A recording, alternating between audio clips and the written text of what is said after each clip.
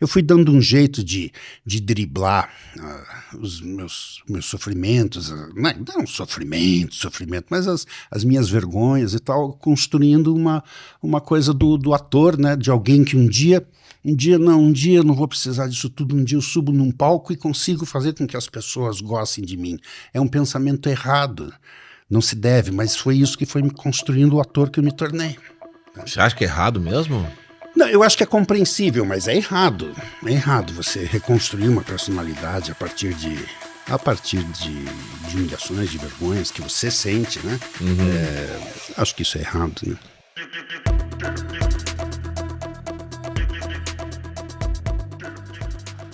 Mas, antes de mais nada... What baby? Tell me. Hélio Barbosa. Globinho. Hélio Barbosa. Olá, Globinho. Hélio Barbosa. Você tá aqui no podcast? Graças. Que bom. Eu contei muito com isso. Sério? Eu esperava muito mesmo. Desde que você falou a primeira vez, quando você disse, Hélio, eu gostaria que você fosse lá no podcast. E eu perguntei, você tem ingresso? Não, mas Por que você queria vir aqui, Hélio? Para conversar, né? É gostoso, é digno e me dá uma ótima sensação que alguém se interesse em conversar, porque conversar também significa ouvir. Eu atravessei um período na minha vida onde eu não era ouvido. Quando isso? Há mais de 20 anos atrás. Mas por que você não era ouvido na sua vida? Conte para nossa audiência. Provavelmente achavam que eu não merecia, não tinha nada de interessante para dizer, talvez. Né? Eu achei que... Porque você era casado ou algo assim. Seja bem-vindo, Hélio Barbosa, em primeiro lugar. Seja bem-vindo quem está nos acompanhando. Você, ilustre anônimo, ou né, um querido conhecido que é entusiasta do podcast Contato Imediato. Eu sou Glauber Gorski. Esse episódio é gravado aqui nos estúdios da Take Bis. E no episódio de hoje, uma persona ilustre, que eu perguntei por que ele quis participar, né, do episódio, né, quando eu comentei com você. Mas a resposta correta do Hélio Barbosa é por que eu quis você aqui? Eu quero muita gente na minha frente para conversar, porque não é conversar comigo. Conversar comigo a gente conversa a qualquer instante. Sim. Mas porque eu acredito que tem alguma coisa entre nós que vai ressoar de alguma forma com quem está nos acompanhando. Com certeza. Seja por simpatia, seja por antipatia, seja por adesão, seja por confusão. Sim. Né? Então, quem conhece Hélio Barbosa dispensa apresentações. Vai querer saber direto dos bastidores da coisa. Mas assim, antes de mais nada, quem é Hélio Barbosa para quem não conhece? Eu não sei como é que eu colocaria o devido crédito para você. Ele já apareceu escrito o teu nome. Hélio Barbosa, e apareceu alguma coisa. Provavelmente ator. Provavelmente Ator. Humorista. Ator. Dançarino. Um ator que dança. Um ator que dança. Aliás, um ator que dançava. Não, né? Não é um dançarino que atua. Não, sou um ator que dança. Mas você começou Embora atuando? Eu tenha começado. Não, eu comecei. A primeira expressão artística foi o sapateado. Eu comecei sapateando. Então, quem não conhece o Hélio, quer conhecer, a gente, ao final... Não, vamos colocar já aqui nas redes sociais. Porque às vezes alguém não quer acompanhar essa conversa, mas quer saber mais do seu trabalho, né? Sim. Vai dar uma pausa aqui e vai atrás. No Instagram você tá como? heliobarbosa.show. heliobarbosa.show, Hélio com H. Isso. Né? Barbosa com S. Sim. E show com W. Sim. O ponto é só um ponto mesmo. Tem coisas suas no YouTube, né? Já tive o privilégio de fazer alguns registros seus, inclusive, né?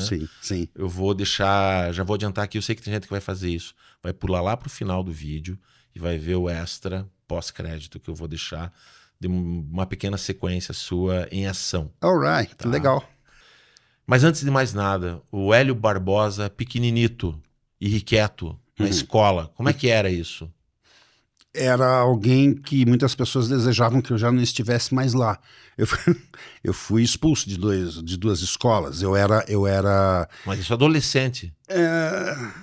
Semi-adolescente e depois adolescente. Eu fui expulso. Eu fui expulso do Bom Jesus, eu fui expulso do Barão do Rio Branco, onde eu estudava antes do Bom Jesus.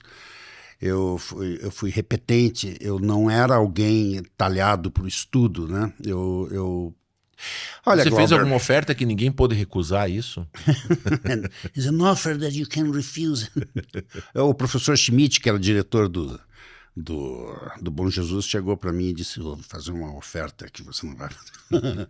Ele chegou com um papel e disse: entregue isso para os seus pais, né? E era um convite para estudar em outro colégio, né? Foi um momento marcante para mim, assim. A partir do segundo ano do primário, por alguma razão, eu fui perdendo as conexões em relação à matemática e coisas mais intrínsecas. Eu era bom, assim, se precisasse fazer uma redação, ou já na pré-adolescência, quando tinha aula de inglês, eu sabia ler muito bem um texto em inglês, por alguma razão, acho que pelas músicas que eu ouvia, mas eu não sei como eu consegui me formar no segundo grau, porque só o ginásio eu levei 8 anos para completar, eram 4 anos, né?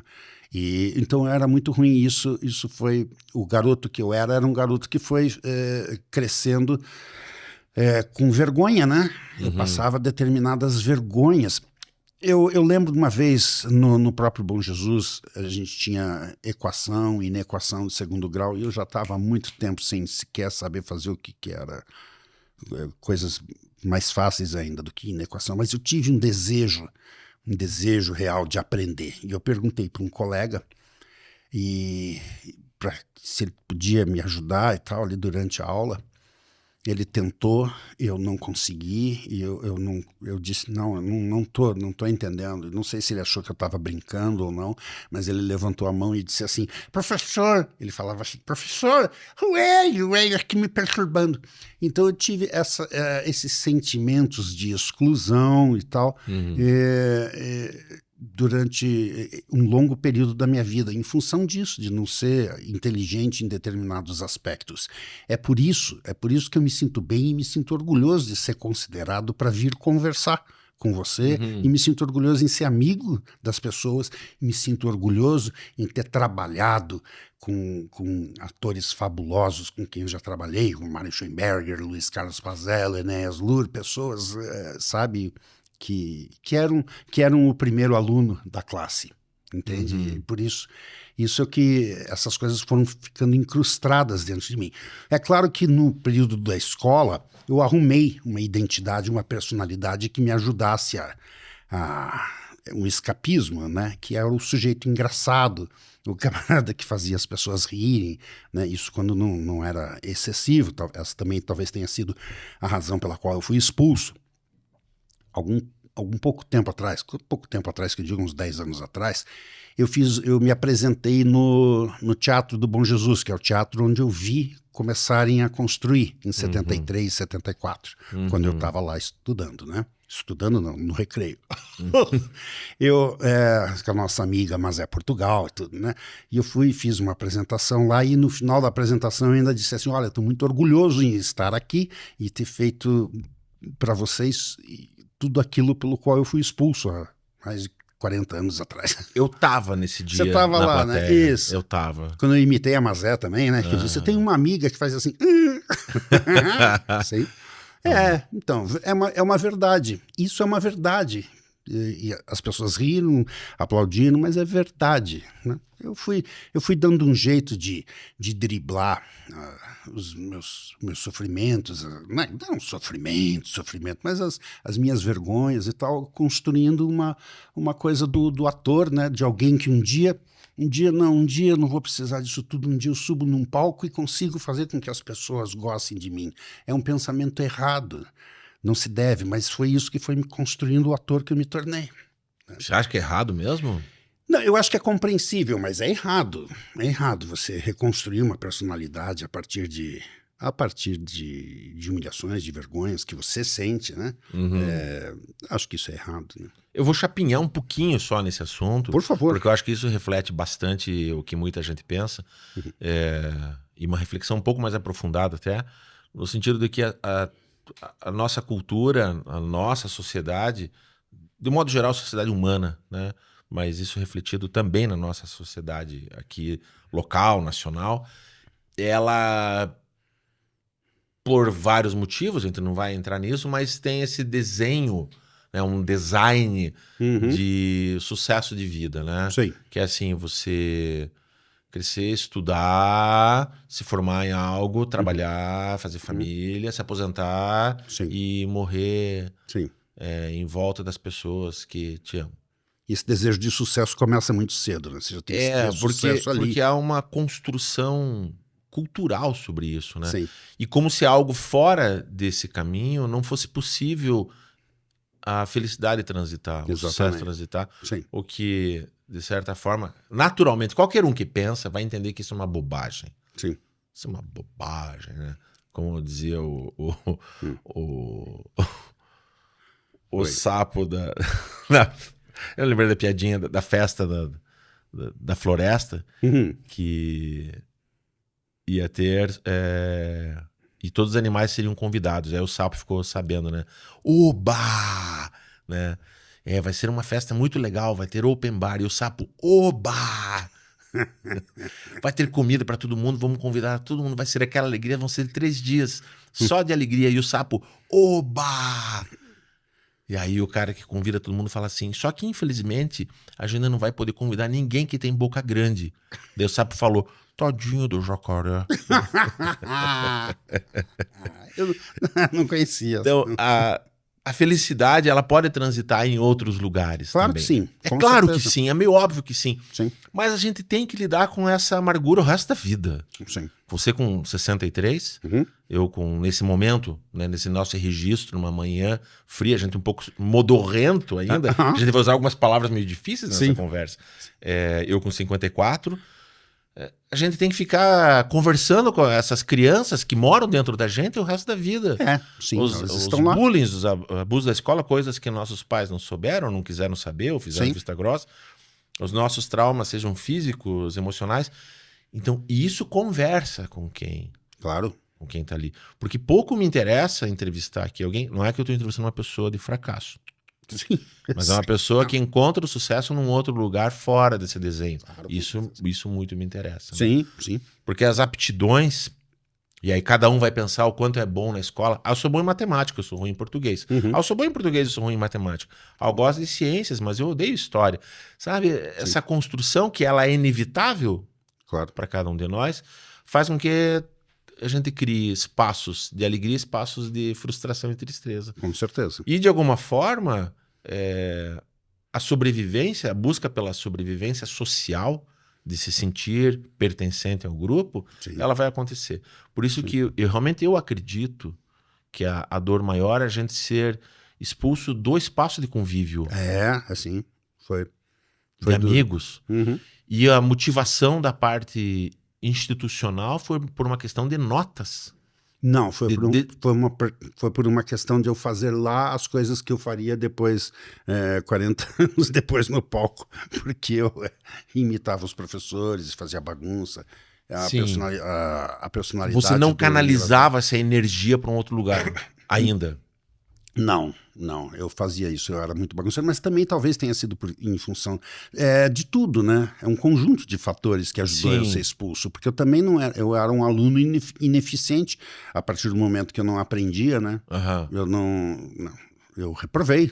Sim. Reprovei 4 anos, então era tudo. E depois na outra escola também foi o mesmo esquema, mesmo modus operandi? Depois eu fui estudar, eu continuei reprovando no americano, que era um colégio que as pessoas iam, né? Muitos alunos... Então não era uma questão pessoal com o colégio, a instituição Bom Jesus? Tá? Não, jamais. Não, e eles tinham razão, eu creio que sim.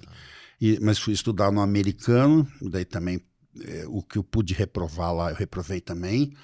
E depois encontrei o 19 de dezembro, então foi onde eu me formei, que era um colégio onde se você conseguisse reprovar, eles davam um Galaxy de presente para vocês. Hoje, se você, alguém como você, naquela dinâmica, hoje numa escola, seja Bom Jesus, né, seja outra, acho que não reprovaria não, né? Acho que não. Acho que não. Acho que haveria uma cerimônia muito... Acho que chamariam os pais para conversar até o momento que se não houvesse maneira mesmo, eles daí pediriam. Acho que não deixa de ser uma expulsão, mas aconteceria de modo muito menos drástico, né? E quando você mergulhou para essa parte, vamos chamar de artística, podemos chamar de artística? Quando que você viu isso como possibilidade de... Eu acredito que no primeiro momento a sua família acolheu isso. Vá fazer teatro. Teve alguma coisa assim? Sim, eles praticamente me obrigaram. Não, mas também nunca houve uma oposição. Eu acho que os meus pais, eles entenderam em um determinado momento que eu não seguiria um curso normal a ponto de fazer um vestibular, passar e ter uma profissão assim, não é? Acho que eles entenderam. Eu lembro da minha mãe que disse, tinha uma escola de dança de Dona Josil Fatucci. A Dona Josil está viva ainda, conheci a filha dela recentemente também. Recentemente que eu digo, há 10 anos atrás. Mas tudo é recente agora. A minha mãe disse, olha, tem uma academia ali, eu acho que eu vou lá conversar e tentar matricular você e tal. Então eles foram percebendo e achando que alguma coisa através disso eu começaria a trabalhar, a desenvolver algo, né, artístico, que era a minha, né, mesmo. Eu vou contar uma coisa para você, talvez eu já tenha contado outra vez. Uma vez aconteceu algo também dessas coisas que passam o resto da vida e a gente não esquece. Havia uma garota, acho que foi a primeira vez que me apaixonei. Ela era vizinha de 2 casas. A gente se reunia na casa dela, os irmãos dela, os amigos e tudo, a gente se reunia e ficava jogando aqueles jogos de baralho onde quem perde tem que pagar um castigo. Ela perdeu uma das rodadas, eu gostava muito dela, as pessoas percebiam, não sei como, mas daí o irmão dela disse, quando ela perdeu a rodada, o irmão dela disse, você vai ter que dar um beijinho no Hélio. E ela disse, Deus me livre, eu prefiro beijar o Nick. O Nick era o cachorro dela, um cachorro bacê, bonitinho assim. Aí eu já aprendi a disfarçar. Mas aquilo me doeu muito por dentro, lógico. Então eu fiquei mais uns 15 minutos ali, daí depois me levantei, tenho que ir para casa, fui. No caminho de 2 casas? De 2 casas. Eu fui dizendo e conversando comigo, eu disse, isso não pode mais acontecer. Isso é uma coisa que eu não posso mais permitir que aconteça. Eu não vou mais precisar, eu vou dar um jeito de não necessitar que uma pessoa goste de mim. Talvez, se eu me tornar o sujeito que sobe num palco e muitas pessoas gostam de mim, eu não vá mais passar por esse tipo de coisa, ou esse tipo de coisa jamais volte a me afetar. E dali, naquele caminho, fui me lembrando que eu já sabia fazer shuffle, né, o passo sapateado, e fui, talvez, peguei discos do meu pai, discos do Sammy Davis Jr., onde tinha faixas de sapateado, e eu começava a juntar os meus movimentos com o som do sapateado, e fui aprendendo e fui desenvolvendo, e parte da minha adolescência, dali em diante, eu passei dentro da sala, o meu espelho era o reflexo do vidro da sala, de uma salinha pequena, com os discos do meu pai, as coisas, e fui aprendendo as canções, e gostando de cinema. Passei a ter admiração pelo meu pai, o que ele gostava, e conhecia as canções, e conhecia cinema também, dos musicais, das coisas, as canções que meu pai gostava, as canções de jazz eram as canções que estavam nos musicais. E dali foi crescendo a coisa, o desejo, a coisa do artista, que um dia subiria num palco e faria com que um monte de gente gostasse de mim. Acabou-se, depois que apagam as luzes, eu volto sozinho para casa. Gente também, né? Mas foi ali, foi nesse momento. Eu creio que não houve momento mais forte que... Talvez eu tenha tido vários começos, mas ali no caminho para minha casa foi onde eu estruturei aquilo que eu me tornaria. Eu acho, né? Existe um momento também que eu me lembro muito bem, muito impactante. Quando eu assisti, não sei se você já assistiu Mowgli, do desenho, já assistiu? Não tem um momento que o urso Balu, que era todo atrapalhado e tal, ele tem que resgatar, ele tem que entrar lá na aldeia onde tem o King Louie, que é um jazzista que está cantando, e ele vai lá resgatar, ele está com a pantera e tal, e aí ele começa a ouvir o jazz, e ele vai dançando, e era tão fascinante ver que alguém tinha uma missão para realizar, mas algo, ele é tomado por algo, pelo som da música, ele sai dançando, ele esquece simplesmente do que ele tinha que fazer. Aquilo também foi muito impactante para mim quando eu assisti com 6 ou 7 anos. Então, quando eu digo, acho que eu tive vários começos. Talvez esse tenha sido um começo que veio se juntar a essa história depois, quando adolescente. Pode ser, pode ser. E em que momento você subiu no palco e, bom, achei meu lugar, acho que eu tinha razão. Acho que aquela caminhada lá, aquele pensamento se consolidou aqui em realidade. Porque a gente sempre tem essa coisa de que primeiro você pensa, depois você age. Uhum. Mas antes de pensar, primeiro você imagina. Uhum. A imaginação vem em primeiro lugar. Eu imaginei durante muito tempo. Uhum. Glauber, na época de discoteca, tudo ali veio né, acontecendo. Estamos falando dos anos 70, isso. Com certeza. Estamos falando de um Hélio Barbosa com seus 15 anos, mais ou menos. Exatamente. Isso daí, esse fato ali, eu devia ter 14 ou 15, quando eu fui da casa até a minha casa. Depois, aos 16, 15... Você já tinha assistido 16, Rock Balboa no cinema? Ou estava bem naquele período? Vai fazer 50 anos essa história toda. Quando eu fui assistir o Rock Balboa no Cine Astor, eu devia ter 16 anos, acho que em 76. No ano seguinte tem... O Fantástico sempre lançava aquilo que viria. Passou uma chamada no Fantástico do novo filme que está fazendo o maior sucesso nos Estados Unidos e chega no Brasil a semana que vem. E os embalos de sábado à noite. E a minha mãe mesmo disse, nossa, que legal, vamos assistir. E eu fui assistir com a minha mãe lá no Cine Lida. E daí, como eu já tinha essa propensão para dançar, para dança, eu me tornei o dançarino da turma.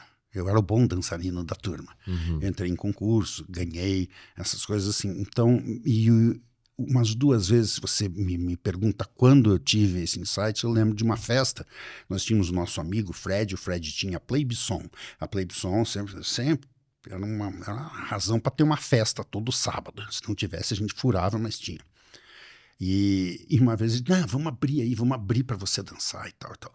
E daí abriram e eu dancei, e era comum, acontecia isso, né? Não era... Abriam, às vezes, espaço para quem dançasse bem, fosse dançar. Abriram espaço, eu dancei. E foi como o John Travolta no filme mesmo, quando a pista abria para ele. Exatamente, exatamente. Daí, isso acontecia, vira e mexe em outras festas, em outros lugares, clubes, e tudo, onde se estava tocando discoteca, acontecia. E aconteceu para mim também. Abriram, eu dancei e eu me lembro, eu tenho a nítida lembrança e sensação quando eu parei, né? Claro, tudo termina, né? Quando eu parei de dançar, depois fui para um outro lugar e tal. Eu tive uma sensação de gigantismo, sabe? Pela primeira vez na vida, né? Parece que eu era algo melhor porque tinha feito algo importante, algo vistoso, né? Eu achava vistoso e bonito você saber fazer uma inequação de 2º grau. Eu não sabia fazer quando eu consegui fazer algo que as outras pessoas, né, não faziam. Isso me deu uma sensação de importância, né, de autoimportância. Né? Eu acho importante isso. E você tem esse sentimento até hoje quando você sobe no palco? Desde que o espetáculo esteja funcionando, desde o primeiro contato com a plateia, desde que funcione a primeira piada, a segunda, a terceira, aí não se restringe mais só a um aspecto, ao sapateado, não. Desde a primeira piada, desde o primeiro ato de comunicação com o público até o final, eu tenho essa sensação. Né? Como é que se chama? É uma auto... Eu ia falar que é uma conexão com o público. Sim. Porque é uma persona sua. É parte Hélio Barbosa, é parte alguma outra coisa. É onde existe o equilíbrio, né? É uma persona que faz parte de mim mesmo, né? Funciona. Se eu montasse um personagem, seria um espetáculo só de personagens, não seria. Mas a coisa do stand-up, de conversar com o público, é pessoal, né? Isso funciona porque é pessoal.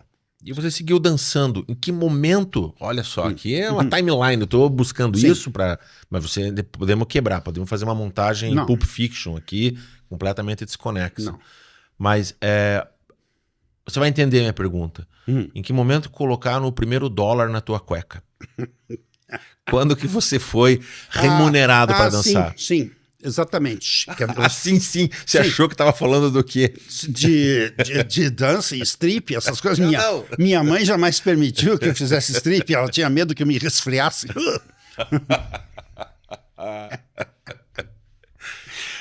Ok. Mas assim, quando entra a remuneração, ou não só fazer aquilo por prazer, porque esse é um ponto que pega muito forte para muitas famílias, né? Não vá viver da arte porque eu não quero ver você passando fome. Com certeza. Ou vá fazer uma outra faculdade e aí você faz aquilo que você quer, mesmo que aquilo não dê dinheiro. A arte é só um hobby. Não, né? é uma profissão. Ou é um lugar que não é pra você, porque você é um cara muito correto, você não... Como eu ouvi isso, né? Eu queria fazer teatro, eu tinha 14 anos, e meu pai falou, não, eu preferia que você não fizesse, porque pra mim, assim, teatro é um lugar de viado e puta, né? E aquilo me marcou. Sim. Então, mais tarde, quando eu fui ressignificar isso, e quando eu fiz cursos de interpretação, participei de grupos de teatros amadores, atuei no palco, passei a cantar. Eu tenho um pouquinho dessa... contaminação, né? Tô aqui à frente da câmera, né? Isso. Sim, claro. Por quê? Porque tem algo rolando nas nossas veias, né? Claro. Você sabe utilizar a si mesmo, assim como um ator faz, você sabe utilizar a si mesmo em função de ser um comunicador muito bom. E vai estudar sobre isso também, a gente busca isso. E eu, na qualidade, por exemplo, de diretor de cena, que talvez seja o meu ofício mais nobre, por assim dizer, eu sei entrar na pele do ator, porque eu me preparei para isso, porque a direção de ator me interessa muito. Sim. Mas, de qualquer forma, colocando tudo isso, essa é uma das artes, de tantas possíveis que tem aí pela sociedade, a sobrevivência financeira, ela se faz acontecer. Sim, e eu queria. Você queria sobreviver disso, profissional, ser remunerado por isso. Aos 15 anos, eu tinha 15 ou 16, eu também li algo que foi fundamental na minha vida. A biografia do Sammy Davis Jr., a autobiografia, o Yes, I Can.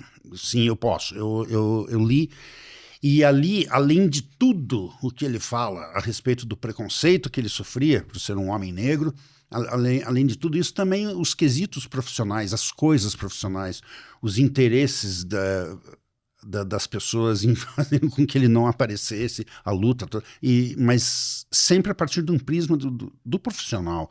Ele não dançava e atuava pela própria diversão. Era a profissão dele. Claro que ele fazia com que se tornasse divertido, mas é uma profissão.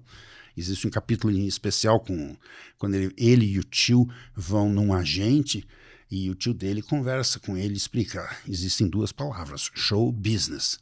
O show é a parte divertida, é a parte onde você trabalha e diverte as pessoas, sobe no palco e faz as coisas que você sabe fazer. Business é um negócio.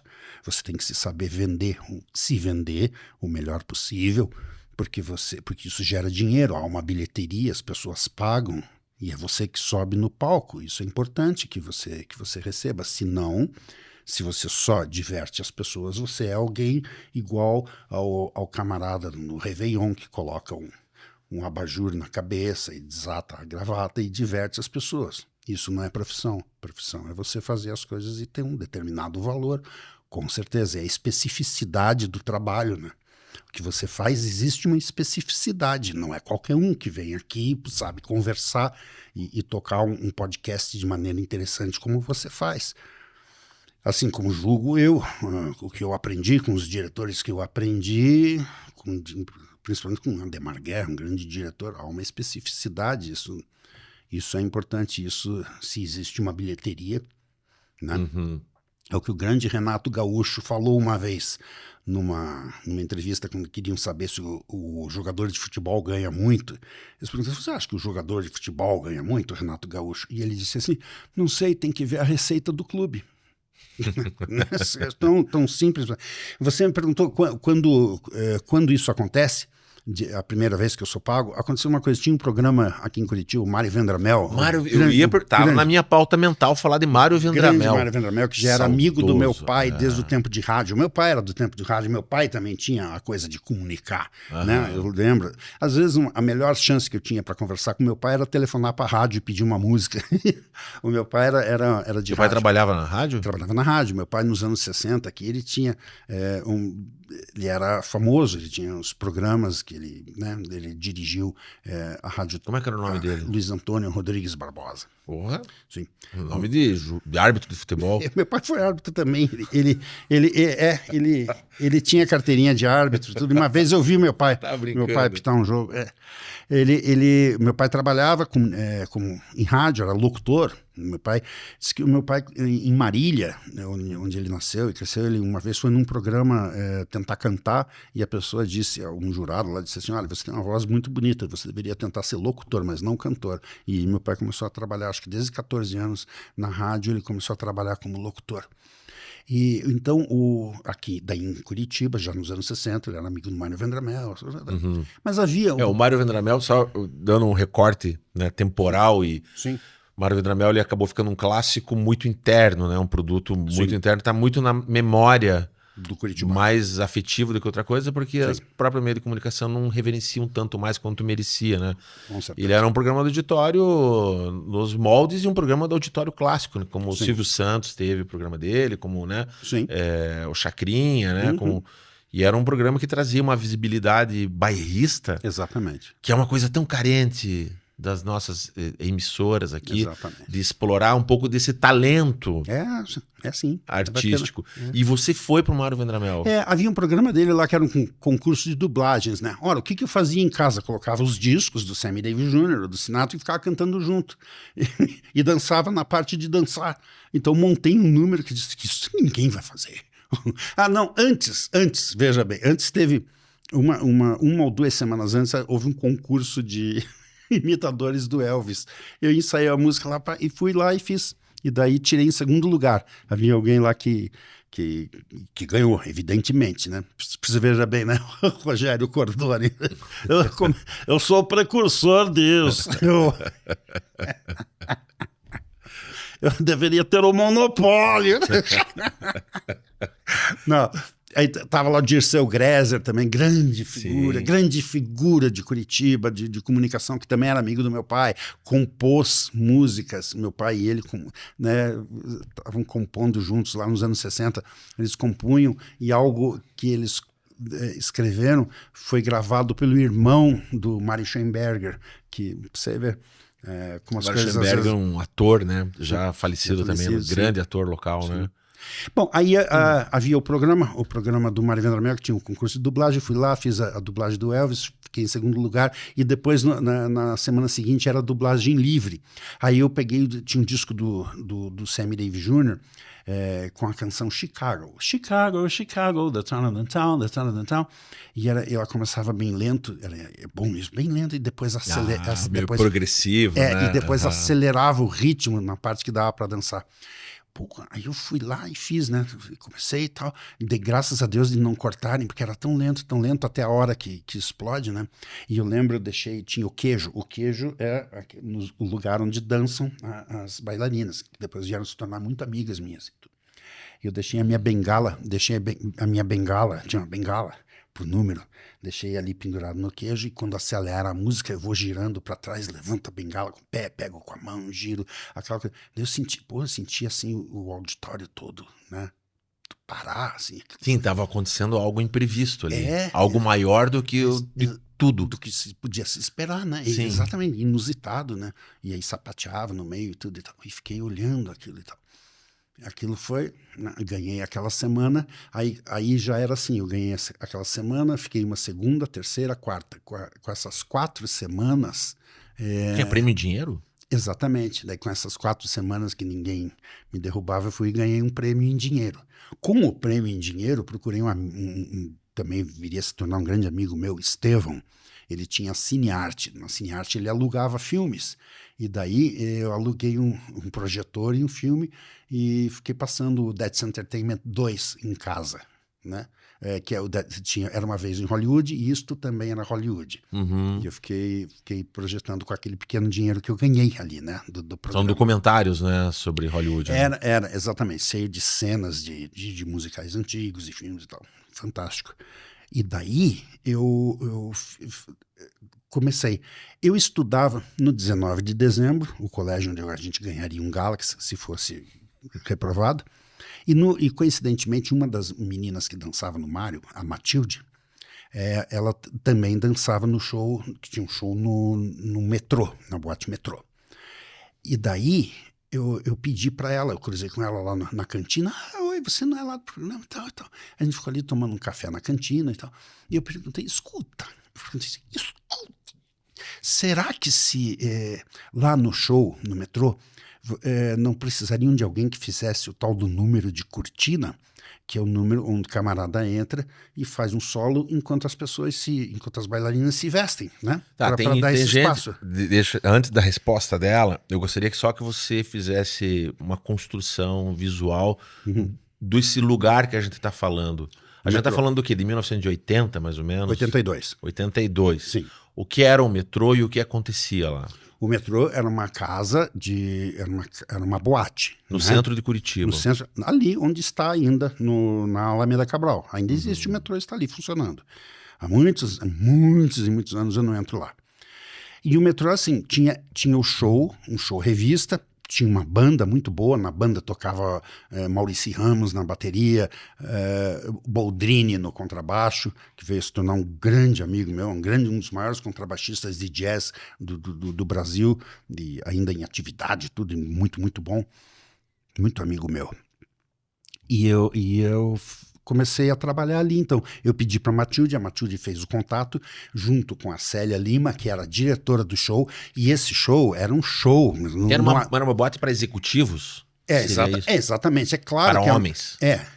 Exatamente, era uma boate, claro que havia a clientela de homens que iam buscar programa, né, com as moças, essas coisas ali, mas o show era um show muito, muito bacana, não tinha apelo, não tinha strip, não tinha nada, era um show, revista, havia números de frevo, números que evocavam cinema, o cabaré, Mein Herr, essas coisas, sabe, tudo, e eu fui trabalhar ali. Era um entretenimento de palco ali, É. Não havia televisão no sentido de projetar como a gente tem hoje. Você chega no lugar, tem um telão passando coisas do YouTube, né? Não. Passando podcasts nossos ali. Era um show, tinha. Era sensacional. E eu lhe digo uma coisa, você sabe que ali, na primeira noite que eu trabalhei ali, eu lembro, tinha um número, depois saía. Quando as moças saíam, a banda, às vezes, ou eu entrava ou a banda tocava algum número forte e tal. Se houvesse um buraco, de espaço de tempo, enquanto elas estavam entrando no camarim até a banda, a Célia já gritava no camarim assim, olha o buraco no show, olha. Ali eu comecei a aprender, né, a ter a noção de time. Né? Não é só o time do comediante, é o time de um show. Ou você começa um show e pega as pessoas e não larga, ou então, dá licença, né? Você vai dar chance do público se virar e conversar. Não, pegue as pessoas e por aí. Show é assim. Né? Tempo é isso, né? Você não dá buracos. Veja, ali, com a Célia Lima, que grande amiga minha até hoje. A Matilde trabalha hoje na Itália, vira e mexe, a gente conversa, às vezes por videochamada, tá? Como se fosse uma madrinha minha mesmo. Senhorinhas hoje, né? Eu a considero uma madrinha, uma amiga muito, muito querida, a Célia também. Todas as meninas que trabalhavam ali, um momento ou outro, eu tenho esse contato com elas. E você fazia Foi ali que eu comecei a ser pago profissionalmente, né? Era bem remunerado? Era. E era remunerado de forma certa. Eu trabalhei 8 anos em boate. Depois saí dali e fui trabalhando 8 anos trabalhando em boate, com os donos de boate, às vezes donos de boate que eu mal conhecia, mas me contratavam, eu ia trabalhar. Eu nunca levei um cano. Nunca levei um cano trabalhando em boate. Eu só vinha saber o que era cano no teatro depois da lei do incentivo. A gente vai entrar nesse capítulo ainda. Você entrava no palco fazendo cobrindo esses intervalos. Quantas entradas por noite você fazia? 2. De quanto tempo cada uma? 5, 10 minutos? O tempo de duração da música, que geralmente era 4 minutos, de 3 a 4 minutos. Isso, no início era isso, eram duas entradas. Depois começou a aumentar e depois, conforme eu também passei a fazer números com elas. Em 82, nesse mesmo ano. Já tudo meio junto ali, foi coisa que foi acontecendo. Depois eu já começo também a fazer números com elas. Eu comecei a perceber que, para eu ter uma longevidade maior no show, eu também deveria começar a me diversificar dentro daquilo que eu apresentava. Isso seria bom também, né? Porque originalmente eu fazia o número do camarada com smoking que sapateia, que dubla uma canção e sapateia, né? Mas eu acho, pô, para eu me alongar, para ter trabalho, tá melhor. Eu lembro que estreia no Fantástico o Você Não Soube Me Amar, a canção, né? Em 82, aí isso no domingo, na segunda ou terça-feira eu digo, escuta, Célia, vamos montar esse número, precisa só de 2 garotas e eu, né? E a gente vai e fizemos uma encenação tão bacana, tão legal, que aquilo eu vinha saber depois, que não falavam pra gente, mas eu vinha saber. E existiam pessoas que iam na boate para assistir aquele número. Tem um cara lá que faz aquele número com as garotas, vamos lá assistir. Então eu fui criando também essas coisas, né? Quando eu digo criando, é isso, nesse universo de dublagem. Sim. Por exemplo, eu lembro que uma vez eu disse, putz, você sabe, se eu fizesse o Sandy e em seguida dançasse um rock pauleira daqueles do Elvis, um J-House Rock, que emendasse, né? Nossa, Glauber, eu tava lá no metrô, aí começa o primeiro acorde, isso era 82, assim, Strangers are Driving, lembra do Sandy, do Grease. do Grease. Então, nos tempos da brilhantina. Foi a primeira frase, Strangers are Driving. Pô, a mulherada toda assim, sabe? Houve uma reação instantânea. Ora, por quê? Porque em 82 aquelas moças que estavam lá na boate se lembravam, em 78 era muito próximo, também era algo da vida delas, que elas tinham assistido e tudo. E aquilo, esse número Grease, quando eu trabalhava em outra, do Sandy, quando eu trabalhava em outras boates, que o meu repertório já estava esgotando e eu ainda não tinha outro lugar para trabalhar, aí era um número de apelo que eu usava, porque acontecia alguma coisa forte na casa, né? Eu quero fazer um zeitgeist, né? Daquele momento, né? Entender o que é aquele momento na nossa cultura geral. Para quem está assistindo aqui, para quem está no YouTube, no Spotify, para quem está nas redes sociais, que procura e acha. E assiste, e aprende, e critica, e comenta, né? E curte, e compartilha. Fica a dica.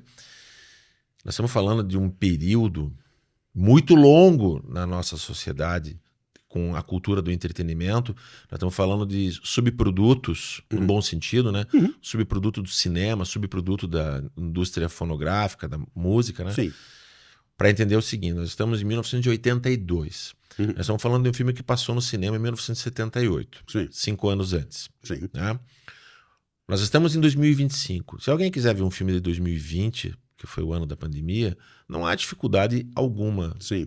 Em qualquer momento, assistir qualquer filme feito, produzido, exibido em 2020. Sim. Em 1982, aquele filme que passou em 1978 no cinema, quem não viu no cinema ia ter que esperar em algum momento passar na televisão aberta. Exatamente. Em algum supercine, alguma sessão de gala, algum corujão, alguma sessão qualquer de qualquer emissora. Sim. E se programar e ir lá e assistir, né? Torcer para que não tivesse cortes, que a censura cortava, né? Torcer para que a dublagem fosse boa, porque tinha visto o filme legendado no cinema. A televisão nunca aceitou filme legendado, sempre teve a dublagem, assim como o cinema vivia do filme legendado, né? Porque não havia tempo para dublagem nem qualidade para isso. Sim. Entenda o que significa você ter na tua memória algo que você viu e talvez você conseguisse ver mais uma vez ou duas em alguma reprise da televisão, numa sessão da tarde, quem sabe. Porque nós estamos falando de uma época que não havia videocassete. Exatamente. Não tinha como você gravar e ver aquilo indefinidamente. Ali é o começo, né? Bem no começo, mas era difícil essa oportunidade do ao vivo... era forte. Muito forte. Com certeza. Então, isso dá para entender um pouquinho, sendo do evento, da comoção que isso causa. Eu que gostava muito de Fred Astaire e Gene Kelly, eu praticamente rezava para que passasse um filme do Gene Kelly ou do Fred Astaire na televisão. rezava para que isso acontecesse. Cantando na Chuva, graças a Deus, passou em 82, 81, acho, no Cine... Na nossa Danha Marinho, Cinema 1. Uma reprise no Cinema 1. Exatamente. Mas eu rezava, não havia outra chance, não havia uma locadora onde pudesse... Talvez um cineclube na cidade que tivesse ali no acervo para poder assistir. Sim. E por isso que as trilhas sonoras vendiam tanto. Nossa, exatamente. E por isso que muitas vezes, agora sim, algumas pessoas iam à sala de cinema e levavam um gravador com fita cassete. Você chegou a fazer isso? Fiz no Cantando na Chuva. No Cantando na Chuva, eu claro que fiz isso. Que sensacional. Sim. Putz. Mas vamos lá, vamos voltar para o trilho do tempo. Vamos. Você vai diversificar. Uhum. E você vai explorar outras qualidades. Chega uma hora que a dublagem cede a voz de Hélio Barbosa em algum momento. Né? Você vai aprender a cantar, você já cantava, mas você vai tentar se profissionalizar ou você tem esse coach do Sammy Davis Jr. junto com você. E em algum momento você vai para o campo da atuação, você vai virar ator. Eu queria ser ator desde o início. Eu queria. Eu lhe digo uma coisa, com todas as grandes lembranças que eu tenho do período quando eu comecei a trabalhar, mesmo na primeira noite, quando eu trabalhei lá no metrô, eu sabia que aquilo era uma enorme chance de eu me acostumar com o palco, de que o palco passasse a ser uma segunda natureza para mim. Eu sabia, era importante para mim. E eu gostava também, eu gosto do show. Mas você queria ser ator. Não tenho diferenças de dignidades, eu gosto. Sim. Sempre estou feliz também se for um show, um espetáculo musical, um espetáculo, um bom texto, seja lá o que for, desde que a qualidade do que se diz seja boa, é isso para mim que importa. Mas desde a primeira noite eu sabia que aquilo era uma chance de você aproveitar, de você estar no palco e se familiarizar. Mas haveria um momento que eu deveria dar um passo um passo adiante, que era trabalhar como ator. Ali eu era muito amigo, sou muito amigo do Beto Júnior, que também era ator transformista, ele fazia a Bebel Camburão. O Beto Júnior tem um irmão, Paulo Martins, era um excelente ator. Depois ele passou a dirigir a Vision, que é uma escola de modelos, mas ele é muito excelente ator. E eu sempre conversava com ele, às vezes eu passava na casa para buscar o Beto para a gente ir para o show e ficava conversando com o Paulo Martins, ele falava as coisas sobre o curso, ele estava no curso do teatro, e eu ficava ouvindo e tal. E lembro ainda que o Paulo Martins, ele tentou arrumar para que eu fizesse o CPT, né, o curso permanente de teatro e tal, e eu não pude, porque eu já não podia mais parar, eu não podia parar 4 anos para estudar. Eu me ressinto de não ter feito isso. Por um lado foi bom, por outro não. Mas eu não pude, porque eu já tinha que estar em atividade, trabalhando, né? Nessas alturas eu já tinha filho, já tinha, né? Já estava unido e fui levando. Estava unido. E daí... Quem não está vendo, só está ouvindo, está perdendo um pouquinho da informação aqui. Diga-se de passagem. Mas aí o Paulo Martins, ele dirige um espetáculo, o Barquinho, a Viagem de um Barquinho. E nesse espetáculo, o Beto Júnior, o meu amigo, fazia o Sol, eu fazia um menino que perde um barquinho, e a Érica Migon, a Climene Fávero, ela fazia a lavadeira, a Érica fazia um outro grande personagem ali, e ali foi a primeira vez que eu atuo como ator mesmo. Fizemos uma apresentação extremamente ruim, onde eu estava muito inseguro, inseguro de texto. Fizemos uma segunda também muito ruim, mas daí fizemos uma terceira apresentação num clube, que eu não me lembro onde e tal, e aquilo foi muito bom. Ali eu estava já tinha o conselho de Spencer Tracy, né? Decore bem as falas e as marcas. E aí, ali eu percebi o quanto que é gostoso você ter nuances e brincar e como ator provocar uma reação, né? E foi um grande espetáculo. Infelizmente, como não podíamos estar trabalhando profissionalmente, o sindicato interrompeu, né? Vetou a possibilidade de continuar apresentando. Eu acho que é uma questão do sindicato. Tá certo, você não pode... Né? Mas no sentido de ter de ganhar dinheiro com isso, né? Exatamente. Porque você pode montar uma peça e apresentar. Sim. Enquanto desenvoltura artística, né? Sim, com certeza. Mas Agora, a gente tentava já fazer de forma profissional, e aí não, eu não tinha DRT, eu não tinha. E aí foi. É o famoso vínculo pecuniário, né? Sim. Se tem dinheiro, tem que. Há de se ter uma regulamentação sobre Com isso. certeza. Né? Sim, claro. Não dá para roubar no jogo. Isso. Sim. E ali eu começo. Foi a primeira experiência como ator. Era um espetáculo infantil, a viagem no barquinho, e foi muito, muito forte. Foi algo muito forte. Isso já no meio dos anos 80, isso? Isso, já ali por 85, 84. Em seguida, eu vou trabalhar em Paranaguá. Havia uma boate em Paranaguá do seu Zé, o seu Youssef, que era um turcão lá, bem bacana, ele, a família dele e tudo. Mas construíram uma outra boate, e nessa boate tinha show. Então o seu Zé veio a Curitiba buscar outro show para poder competir. Aí ele me levou o Beto Júnior, a gente estava trabalhando lá. E lá também começou a trabalhar o Celso Filho. Celso Filho, um grande comediante, um atorzaço, um homem com a capacidade de subir no palco e ficar 1h30 sozinho conversando com a plateia. Era bailarino, excursionou pela África do Sul, pela Europa, por tudo, e veio parar aqui em Curitiba, onde ele tinha alguns parentes e tal, e veio aqui, né?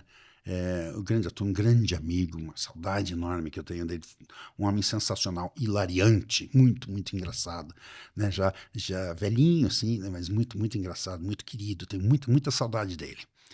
E o Celso Filho foi fazer uma temporada lá em Paranaguá, e um produtor aqui em Curitiba, o Vassil Stuparik. O Vassil foi a Paranaguá para contratar o Celso para sair como ator itinerante, fazendo Greta Garbo, quem diria, acabou no Irajá. Lá o Vassil me conheceu e disse, será que você não podia fazer outro papel? E eu fiquei, claro, muito, muito interessado. Aí passei um período ensaiando aqui em Curitiba e fazendo show à noite lá em Paranaguá. Então todo dia eu ia e voltava. Eu estava assim. Aquilo esgota. Mas daí foi a primeira vez que eu trabalho em um espetáculo adulto. Mas o Celso Filho acabou que não conseguiu fazer. Então chamou-se Olinto Simões, que também era ator, que trabalhava aqui, um carioca já trabalhando aqui em Curitiba há muitos e muitos anos. E daí nós fizemos uma pequena temporada aqui pelo interior do Paraná. E ali foi a segunda experiência profissional com teatro adulto, né? Greta Garbo é uma comédia excelente, muito bem escrita, tudo ali que se diz funciona, ela tem um time fabuloso. Ali é a segunda vez. Não conheço a peça. Aí, mesmo através do Celso Filho, que o Celso também já morava lá em Santa Quitéria, onde tinha muita gente de teatro itinerante, Fausto Cascais, a família da Dona Leia Benvenuto, que são as pessoas do teatro de pavilhão, que é algo muito forte lá no Rio Grande do Sul e Santa Catarina, que viajam no Teatro do Biriba. Aí comecei a trabalhar fazendo infantil e um adulto, comédia também, e viajei algumas vezes com eles pelo interior, onde aprendi muito, muito também de comédia. Benhur de Almeida, recentemente falecido, assim, um comediante extraordinário, tá do lado dele, era uma lição. Trabalhei com a Ana Dolores, e ela tá lá, às vezes ela trabalha também na praça, e com ela eu aprendi muito do ritmo de comédia para criança. Por exemplo, o Escada pergunta quem nasceu no Peru, e eu imaginava que isso seria interessante e engraçado, porque às vezes o ator está no palco e ele imagina que o seu rosto está numa enorme tela onde todo mundo está absorvendo. Não é isso. Então, quem nasceu no Peru, não adianta você procurar a resposta e achar que isso seja engraçado. Existe um tempo. Quem nasceu no Peru, pirulito. É assim. Entende? Quem nasceu na China, chinelo. As coisas dependem disso. É a surpresa, né? Se o público antecipa que vem uma piada, isso já não funciona. Aprendi com ela, jamais me esqueço, jamais. O DRT vem nessa época? Sim, porque daí eu conheço o pessoal, né? A Leia Benvenuto também trabalhava ali pelo sindicato, né? E daí, como eu já tinha trabalhos, isso não era nada ilegal nem nada, mas eu já tinha trabalhos, já vinha trabalhando e tal, então o sindicato me concede o DRT. Sim, inclusive, isso é uma coisa direito de representar teatro. Isso, né?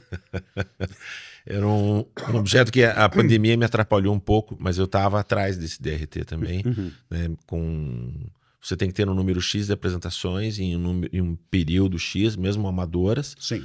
E aí você adquire o direito a fazer uma banca, passar por uma banca avaliadora, Sim, né? Sem precisar fazer os cursos, né? sim, Ou a graduação, né? Porque você vai mostrar através do teu notório saber, né? sim. No teu desempenho, essa capacidade.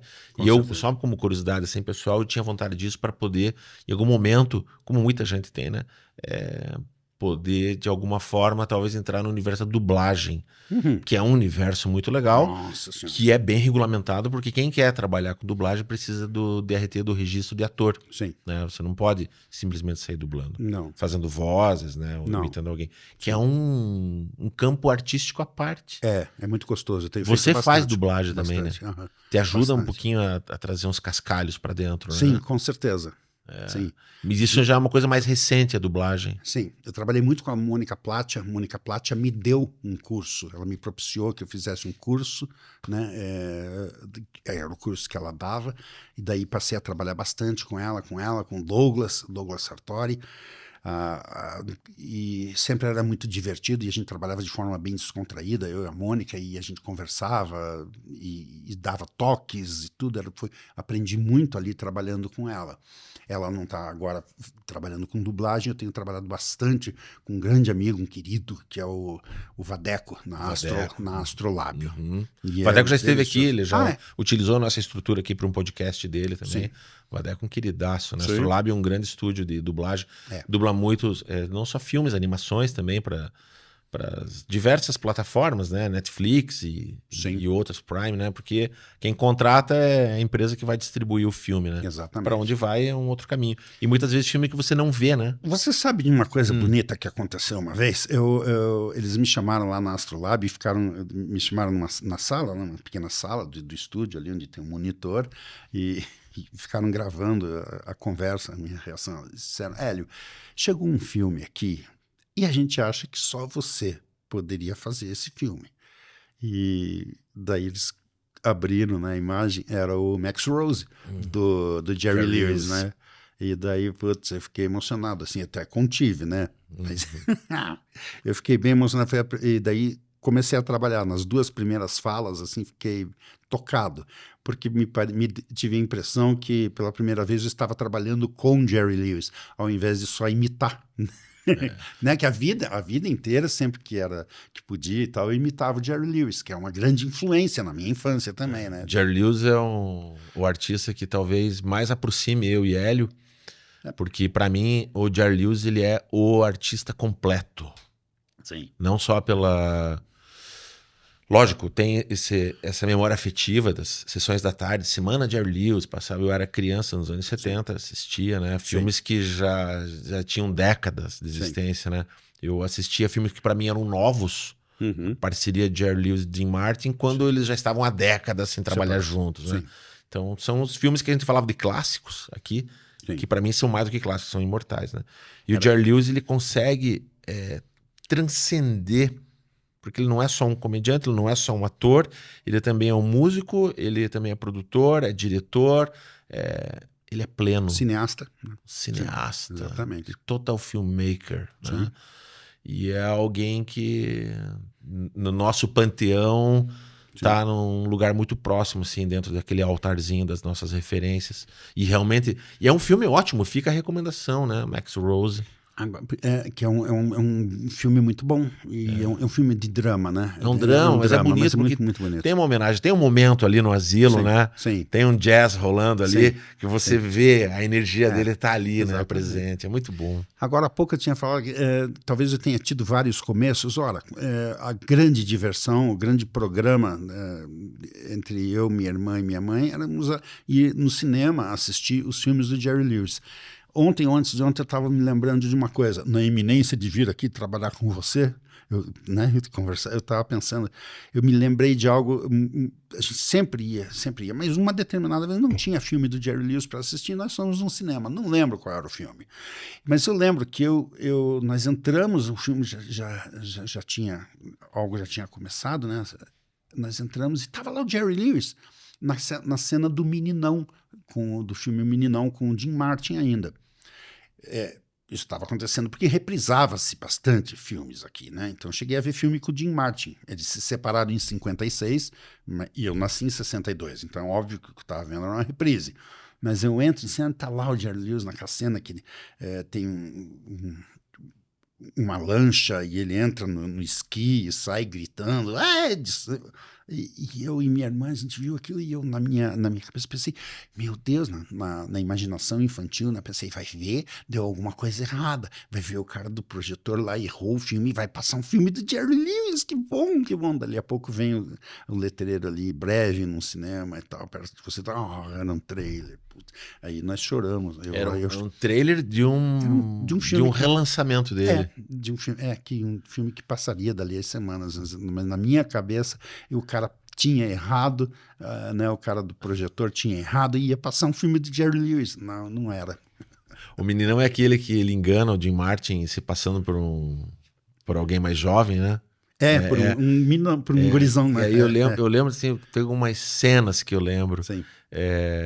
Que ele tem a par romântico de um deles, chega uma hora e fala assim pro Jim Martin, ele não é uma criança, não é, quantos anos ele tem?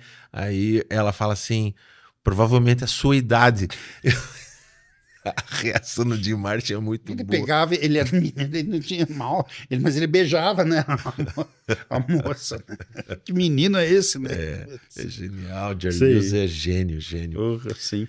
E falando em gênio, o gênio que emerge através dele, Barbosa, por mais que você não se ache, deixa que as pessoas achem de você. Como o Pelé falava, o Pelé uma vez falou pro Ronaldo Fenômeno, né? Falou assim, não diga para as pessoas que você é um jogador excelente, não diga que você é um fenômeno, deixa que as pessoas falem isso. Só concorde. Né? Sim, claro. Então só concorde, Hélio Barbosa. Você é um gênio ao seu... Tá bom, não concorde. Mas ainda assim eu vou falar.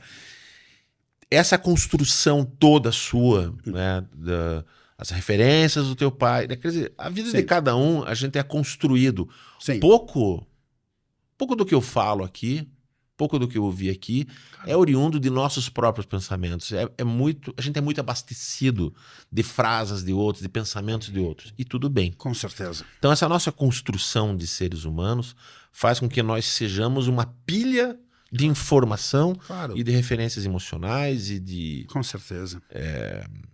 Traumas, né, e tudo mais.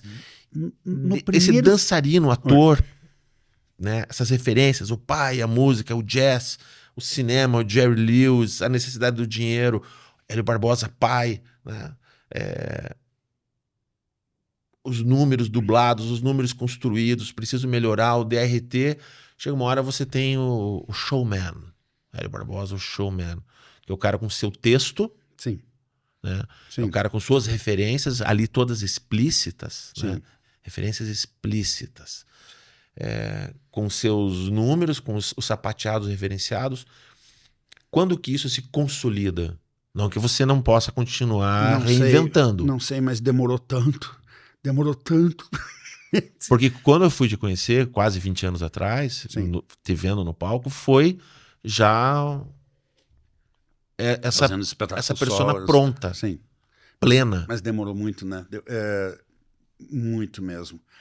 Eu deveria ter tido mais autoconfiança e eu poderia ter começado antes essa coisa, né? Eu não tinha... muitas vezes o ator tem medo do solo, né? Ele se sente sem referência e se não funciona, o que eu faço? No entanto, aconteceu o início ali por volta de 2002, 2003, assim como em São Paulo, Rio de Janeiro, aqui em Curitiba, e tem o início desse movimento, desse formato stand-up. Ali, aquilo foi importante, deu a chance para mim, para outros atores também praticarem, né? Foi importantíssimo. Em várias localidades, Curitiba foi muito forte isso mesmo. Muito forte. Eu acho que se existiram 3 lugares no Brasil, foi Curitiba, Rio de Janeiro, São Paulo. Ali eu adquiri a confiança para começar a conversar. Conversar com o público diretamente, né? É uma coisa que denota um pouco de confiança, né? Você falar com as pessoas. Acho que um dos maiores pavores que as pessoas têm não é de morrer, é falar com o público, né? Mesmo para um ator acontece isso? Mesmo para um ator. Porque o ator geralmente existe uma quarta parede, você está contracenando com alguém, contracenando E está utilizando um personagem, né? Não está sendo ele necessariamente ali. Exatamente. Né? Mas conversar com o público denota uma tranquilidade, algo que você só... Aliás, você começa assim fazendo pouco tempo, né? Tem um materialzinho pequeno, depois um material... Daí você vai adquirindo confiança para um dia estar 1h20, 1h30 na frente do público conversando, né? Isso foi importantíssimo. Você ia me perguntar sobre se existe diferença do ator que começa a fazer stand-up, isso? Então, eu não sei se você ia me perguntar. Dava para você perguntar? Qual que era a pergunta mesmo? Tem que colocar no teleprompter aqui. Não, isso. Esse campo da atuação, eu acho que a gente pode ir para consolidar essa nossa fala, para falar na questão da atuação, né, para além da comédia, para além do stand-up, para além do número, né, do número, tem um número a fazer, mas o ator que é aquele profissional disponível para. Sim, né? Com certeza. Que é um caminho, né? A gente já ouviu assim de alguns... eu sou um comediante que atua. Não, sou um ator que faz comédia. Tem essas coisas. Não, mas existe o ator. Sim. Quando que você foi perceber, cara, eu tô pronto, sou ator.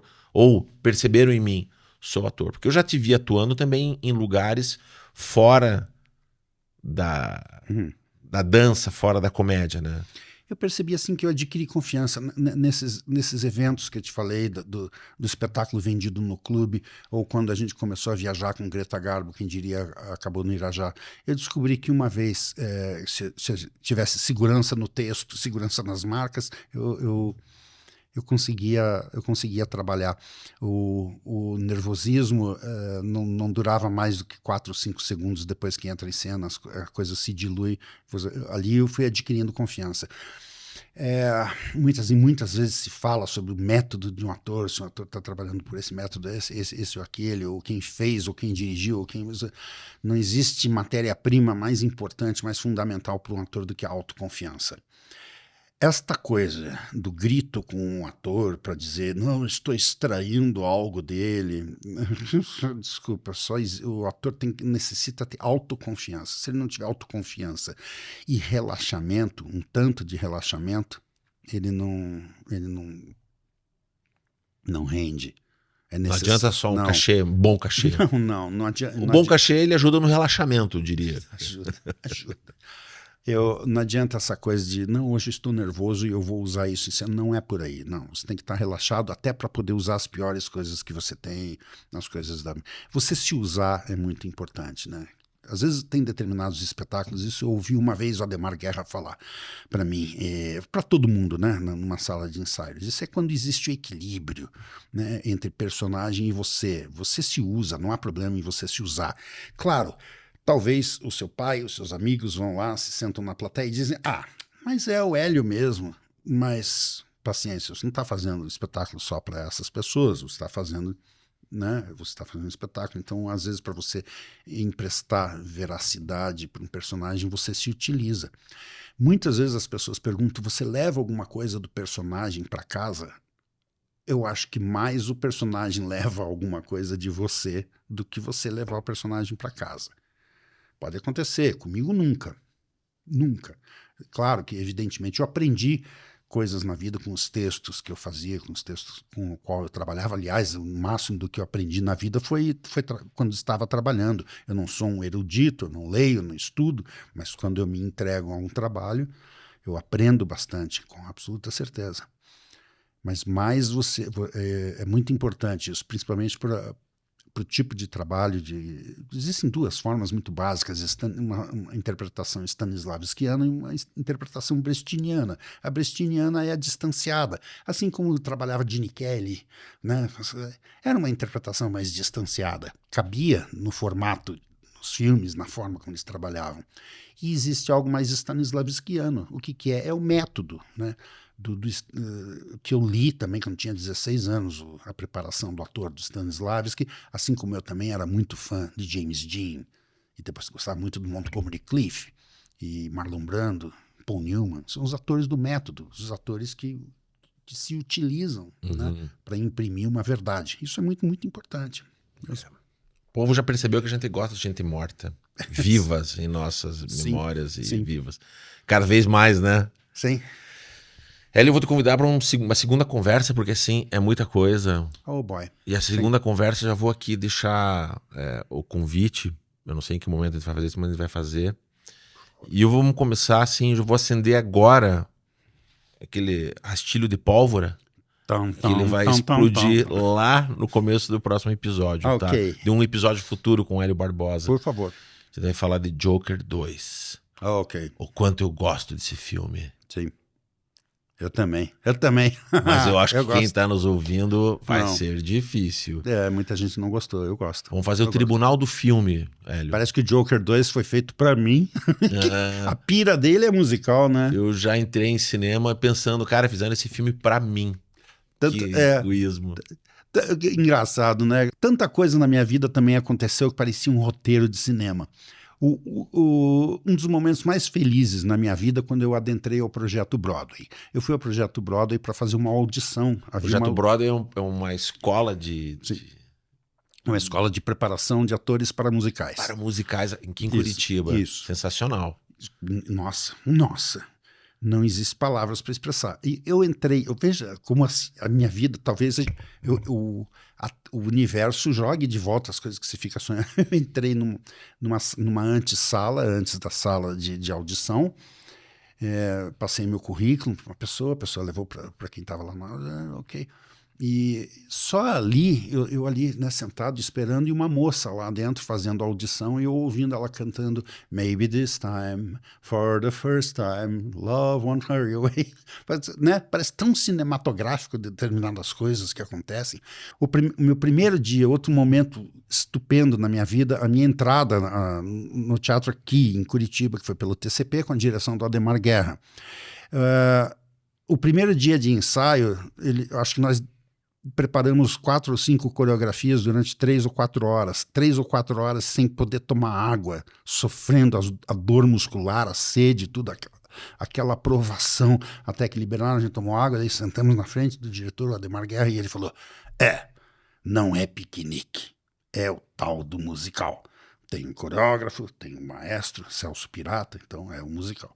E você vê, isso não parece um roteiro? E foi, né, não parece um plot? Sim. E foi exatamente o que aconteceu. Que sensacional. Então, tem coisas cinematográficas que acontecem. Vai ver, eu é que puxo. Como diz Marlon Brando no filme, né? Quanto mais eu quero, mais as coisas me puxam. Não, Marlon Brando é o Al Pacino. É o Al Pacino, né? No Poderoso Chefão 3. A cena da cozinha que eu acho sensacional. Justo quando eu tava querendo sair do jogo, eles pegam e me colocam de volta.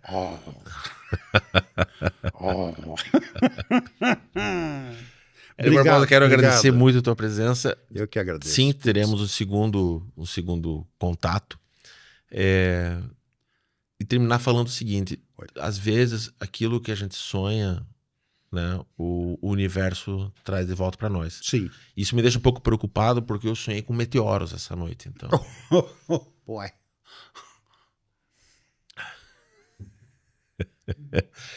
Muito obrigado pela sua presença, Hélio, mais uma vez. Eu que agradeço. Obrigado, querido. Obrigado demais. Tem tanta história para partilhar ainda. A gente gosta de falar das nossas vidas e das vidas dos outros, daqueles que já foram. E viva o cinema, A gente nem falou do cinema nacional aqui. A gente nem falou de atuar no palco e atuar frente à câmera. Sim. Que é a mesma coisa, mas é muito diferente. Né? Com mas certeza. Falaremos. Para quem nos acompanhou até aqui, peço que curta, compartilhe, comente. Eu vou curtir, compartilhar e comentar, porque é o mínimo que eu posso fazer. Espero que você também faça isso. Com absoluta certeza, claro que sim. Obrigado, viu? Muito obrigado. Muito obrigado. E nos vemos num próximo episódio. Até lá.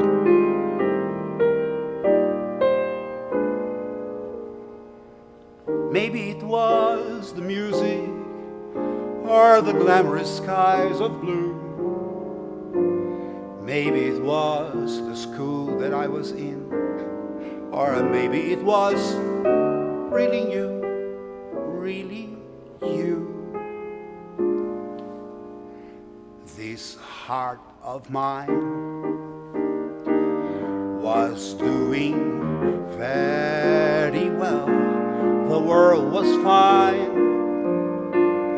as far as I could tell. And then I saw you, and I'm dreamed the mad amour. At dawn I wake up singing sentimental overture. This heart of mine, I am tap dancer now. I'll taste the wine of new romance. See now, somehow this crazy world is taking on a wonderful design. As long as life endures, it's yours, this heart of mine.